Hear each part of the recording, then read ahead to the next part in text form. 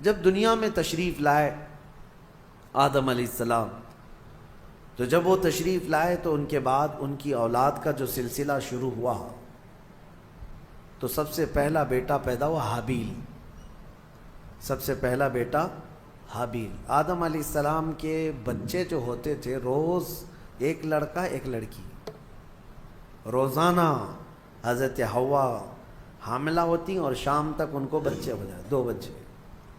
اللہ کی قدرت کاملہ ہے، کیونکہ نسل انسانی کو اس وقت بڑھانا تھا، تو روزانہ 2 بچے، ایک لڑکا اور ایک لڑکی۔ پہلے دن پیدا ہوئے حابیل، اور ان کے ساتھ جو پیدا ہوئی وہ اقلیمہ نام سے۔ دوسرے دن جو پیدا ہوئے وہ قابیل، اور اس کے ساتھ یہودا نام کی لڑکی پیدا ہوئی۔ اب قانون شریعت یہ تھا آدم علیہ السلام کی امت کا، امت کون ہے؟ ان کی اولاد ہی۔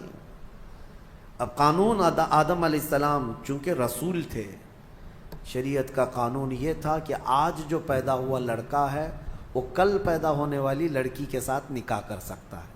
سیم ڈے والی لڑکی اس کی سگی بہن مانی جاتی، حالانکہ سب بہن ہیں، لیکن سیم ڈے جو پیدا ہوئی وہ لڑکی اور وہ لڑکا شادی نہیں کر سکتے۔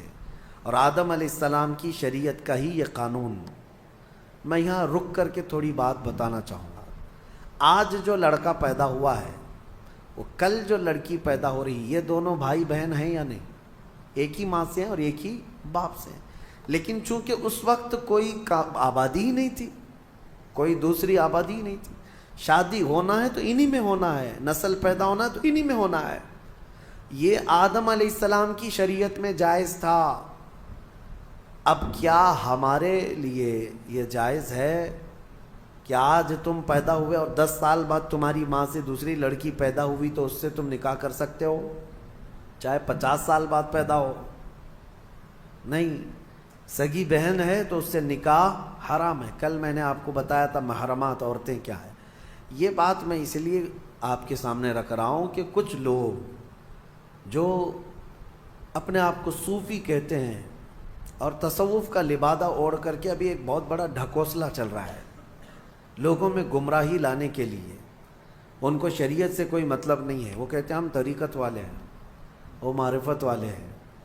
ان کے ہاں کیا ہے، ایک چیز وہ دلیل کے طور پر لاتے ہیں کہ سجدہ کرنا اپنے پیر و مرشد کو یا قبروں کو یا اولیاء کو جائز ہے۔ وہ اس لیے کہتے ہیں کہ کیا آپ کو نہیں پتہ آدم علیہ السلام کو سارے فرشتوں نے سجدہ کیا تھا؟ آدم علیہ السلام کو سجدہ کرایا گیا تھا نا، لیکن یہ انہیں فرق نہیں معلوم۔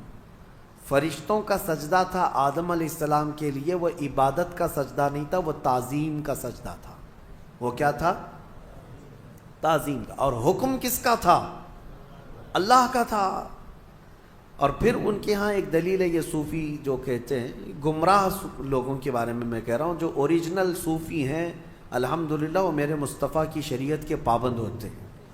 اصل صوفی دیکھنا ہو تو غوث اعظم ہے، اصل صوفی سرکار غریب نواز ہے، وہ شریعت پر پورے کامل طور پر پابند تھے۔ اور ایک دلیل وہ یہ دیتے ہیں کہ یوسف علیہ السلام کو ان کے باپ اور ان کے 11 بھائی سارے لوگوں نے سجدہ کیا تھا، وہاں بھی وہ تعظیم کا سجدہ تھا۔ پہلی شریعتوں میں تعظیم کا سجدہ جائز تھا، لیکن میرے مصطفیٰ کی شریعت میں تعظیم کا سجدہ بھی جائز نہیں، تعظیم کا سجدہ بھی جائز نہیں۔ نہ کسی پیر کو، نہ کسی فقیر کو، نہ کسی ولی کو، کسی کو بھی سجدہ کرنا جائز نہیں ہے۔ میں ان کو الزامی جواب کے طور پر یہ کہتا ہوں، جو لوگ کہتے ہیں آدم علیہ السلام کو کیا سجدہ نہیں کیا گیا تھا، تو آدم علیہ السلام کی شریعت پہ چل رہے ہو یا محمد الرسول اللہ کی شریعت پہ چل رہے ہو؟ اگر آدم علیہ السلام کی شریعت پہ چل رہے ہو تو ان کے ہاں بہن سے نکاح بھی جائز تھا، کیا تم کر سکتے ہو؟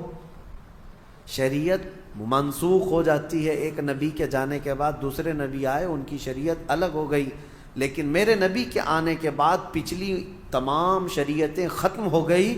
اب جو بھی چلے گی وہ کیا ہے؟ آئی نئی حکومت، سکہ نیا چلے گا، اور ابھی نبی کریم صلی اللہ علیہ وسلم کی شریعت، حتیٰ کہ قیامت کے قریب عیسیٰ علیہ السلام بھی تشریف لائیں گے تو فرمایا گیا وہ شریعت مصطفیٰ کے مطابق عمل کریں گے، وہ اپنی شریعت لے کر نہیں آئیں گے۔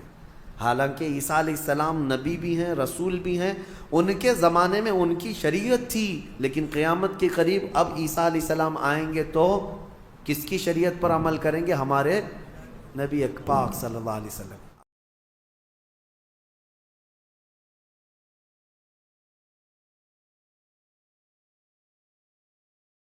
السلام علیکم ناظرین، اسی طرح کے اسلامک ویڈیو دیکھنے اور سننے کے لیے ہمارے چینل کو سبسکرائب کریں۔ جزاک اللہ خیرا جزا۔ السلام علیکم ورحمۃ اللہ وبرکاتہ۔